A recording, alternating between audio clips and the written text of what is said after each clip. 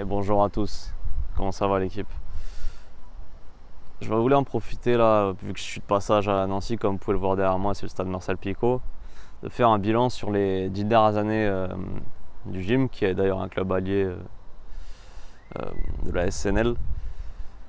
Et ces 10 dernières années d'ailleurs ont eu lieu à l'Alliance Riviera. Donc on n'est pas là pour faire un comparatif avec la SNL qui lui a plutôt dégringolé au niveau du football français. Mais ouais, à l'OGC Nice, il y a quelque chose à dire quand même sur ces 10 dernières années. Dans l'idée, je voulais faire une vidéo pour rapidement vous exposer mon point de vue. Donc, qu'est-ce qui s'est passé depuis 10 ans? On a changé de stade, hein. On est passé du stade du Ré à l'Alliance Riviera. Il y a eu la direction qui a changé à plusieurs reprises. Des résultats quand même assez intéressants sur quelques saisons, mais globalement très irréguliers.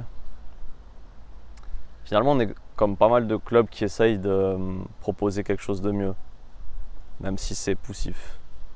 C'est sûr qu'on est toujours un peu au niveau de la popularité et de la politique sportive derrière l'AS Monaco et l'Olympique de Marseille pour parler des clubs voisins. Mais toujours est-il que on se rappelle il y a plus de 10 ans maintenant, qu'à la fin des années 2000, que lorsqu'on disait que Nice était en première partie de tableau, c'était exceptionnel, alors qu'aujourd'hui c'est presque un peu décevant. Si Nice n'est pas classé européen, on va se dire qu'on ne joue pas notre jeu à fond et que la saison est globalement insatisfaisante. Donc après, ça sert à rien de faire saison par saison, de voir ce qui a cloché ou ce qui a été plutôt intéressant, parce que finalement on va un peu tourner autour du pot. Je crois en réalité que l'OGC Nice, comme disait hier Aaron Ramsey, d'ailleurs finalement c'est bien que je fasse la vidéo aujourd'hui parce que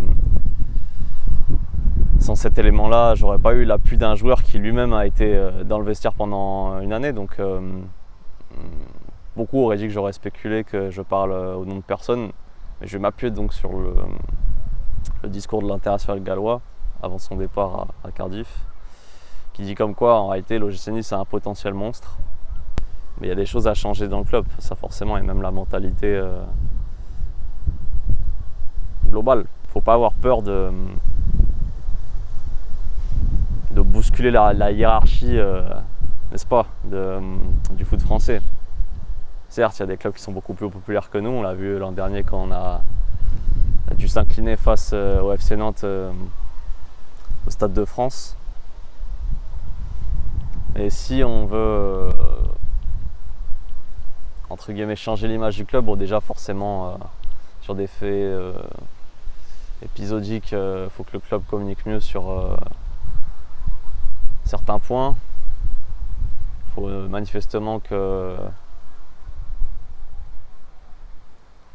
Nice puisse devenir bien plus influent déjà dans sa propre région pour prétendre à ensuite venir faire quelque chose dans l'espace national.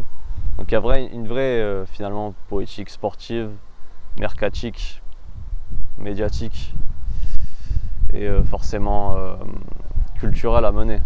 C'est pas parce qu'on réussit sportivement qu'on est plus aimé. Vous l'avez compris, Monaco, c'est leur cas. C'est pas parce qu'on est au niveau mercatique très influent qu'au niveau sportif et culturel, on devient adoré de tous. C'est le cas, je peux prendre n'importe quel club, mais le PSG en fait partie entre guillemets. Donc forcément, il faut s'améliorer sur tous les niveaux. C'est peut-être le gros souci du gym à l'heure actuelle, c'est qu'il a du mal à se lancer dans ces possibilités-là, alors que les clubs que j'ai cités jusqu'à présent l'ont fait au moins sur l'un d'eux, et c'est pour ça qu'aujourd'hui ils ont une renommée relative, voire extraordinaire. Et à partir de là, j'imagine que Nice pourra prétendre à bien mieux, ça c'est sûr. En tout cas, ouais, derrière, pour rebondir là-dessus, parce qu'il faut quand même penser aux clubs alliés du gym. Bon, de base, c'est les groupes ultras qui ont des affinités, mais il ne faut quand même pas délaisser les entités, les institutions du foot français, parce que la SNL en fait partie. C'est une tendance malheureusement, hein. On voit le FC Sochaux qui est pas loin, hein, qui a subi la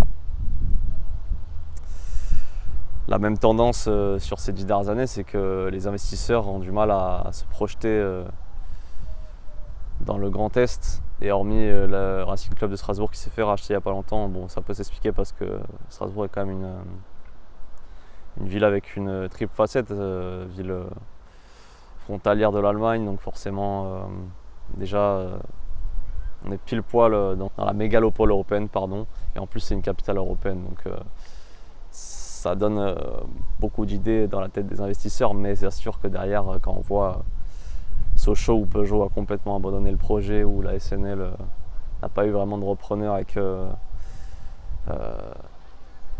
les années font que c'est compliqué de se maintenir en Ligue 2 parce que c'est quand même un championnat de très haut niveau. Quand ça tombe en national, ensuite c'est compliqué de revenir en Ligue 2. Mais je dis ça, le Grand Est est touché, mais des clubs comme Valenciennes le sont également. On peut citer aussi tous les clubs qui sont en banlieue rhodanienne. Je pense à forcément Bourg-en-Bresse, Saint-Etienne aussi pourrait être touché, c'est malheureux, mais tous ces clubs-là malheureusement n'ont pas d'investisseurs et de présidents suffisamment investis. C'est tragique de dire ça, mais c'est la réalité. Et c'est pas impossible de les voir aussi tomber au même rang que peut l'être aujourd'hui l'AS Nancy-Lorraine. Bon. Moi-même ça me perturbe un peu parce que forcément c'est les clubs qui ont un peu marqué nos enfances, puisque à l'époque c'était eux qui étaient justement dans ces places européennes auxquelles prétend l'OGC Nice aujourd'hui. Et je souhaite à personne de voir des clubs mourir comme ça, parce que c'est une partie de l'identité des gens qui tombe à chaque fois, et j'ai pas envie que l'OGC Nice en fasse partie parce que les politiques sportives et générales n'ont pas été menées comme il le fallait. Qu'on prenne un peu leur exemple, enfin leur contre-exemple plutôt, pour pas reproduire ces erreurs-là, et on souhaite bien entendu le meilleur à tous les clubs de foot et surtout à l'OGC Nice pour la suite. Voilà, je pense avoir dit tout ce qu'il fallait. Et si vous êtes bien entendu intéressé par l'actualité de l'OGC Nice ou du football ou même du sport en général, n'hésitez pas à suivre cette chaîne parce qu'il y aura du contenu qui va suivre là-dessus. En tout cas, comptez sur moi. Voilà. Allez, on se dit à la prochaine. Prenez soin de vous.